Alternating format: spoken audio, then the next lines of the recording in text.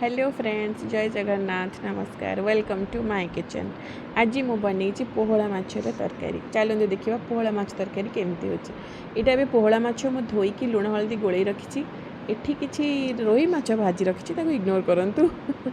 एबे मु चलतु बसई कड़ई, से तेल गरम ही आसला। एबे मु पोहला माछ को भाजी कड़ी तेल गरम ही आसला। ए गोटे गोटे करके आप एमती पोहला माछ को भाजी नेबे। आग गैस फ्लेम मुझे टिके स्लो करदेली, जेहेतु बहुत तेल ताती जाइए, जेहेतु मुझे आगुरी रोही माछ भाजी रखी। तो ये से गरम तेल रे मु पुणी पोहला माछ को भाजी नौचे। देखो भाजी नेली, माछ ओल्टे भी देली, बहुत भल भाजी भी हो गलानी। एबे आमे माछ गुड़ी को काढ़ी नवा प्लेट को। ये देखिपे मुझे सब माछ काढ़ी नहीं आसली प्लेट को। एबे चलतु तरकारी बनैबा।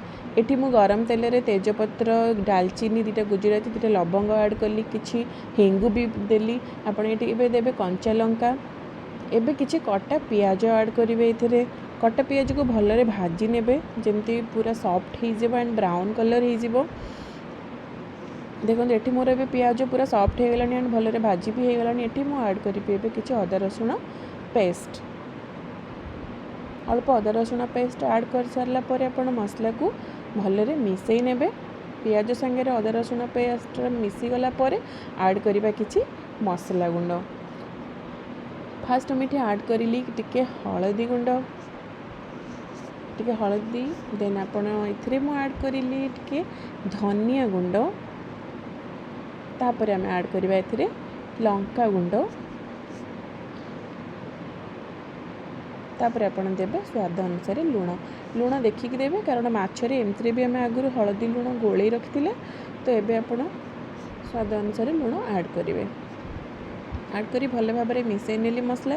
एबे देबे एथिरे किछि कंचा काटिकी रखी टमाटो, ताको ऐड करेंगे। टमाटो भलरे सॉफ्ट है जाए ताको मिसई नेबे। देखो एबे आमर टमाटो पूरा नरम भी हो गलानी, टमाटो पूरा मिसी भी गलानी। टमाटो पूरा मसला रे मिसी भी गला, टमाटो सॉफ्ट भी हो गला। एबे आम एठी ऐड करबा किछि आमचूर पाउडर। आपण हाफ टी स्पून पाखापाखी आमचूर पाउडर एथरे ऐड करेंगे। आमचूर पाउडर को भलरे मसला संगे गोले नेबे। तापर आम एठी ऐड करबा किछि होम फिल्स रो फिश करी मसाला।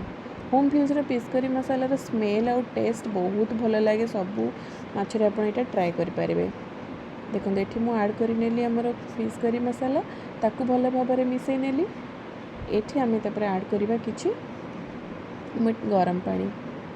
ये आपन टिके पानी हल्का गरम करिकी ही देबे। मुझे आगुरी पानी गरम कर रखी, ताकू ऐड कर नेली। पानी को फुटी आसिया दिंतु। एबे देखो पानी पूरा फुटी आसलानी। एबे एथिरे आमे ऐड करबा आमर माछ भजा। एठी मु ऐड कर नेली। देखंतु आमर माछ भजा गुडी को सब भल भाव में गोले नेबे।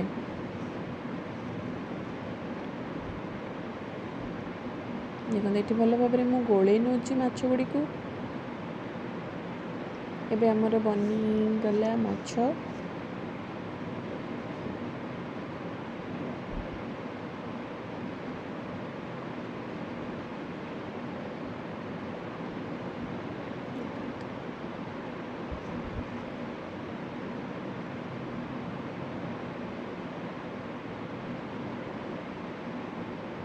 माछर गोटे बॉयल आसापी रेडी कर। देखो ये आमर पूरा माछ बॉयल भी आसीगला। आ मसला भी बहुत भल सीझीगला। माछ भी मसला सागर मिसीगला।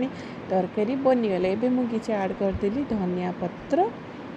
आपण को गरम गरम सर्व करंतु भात संगे पोहला माछर तरकारी। वीडियो जदि भी भल लगे लाइक करते प्लीज़ सब्सक्राइब करेंगे मो चैनल को। Thank you.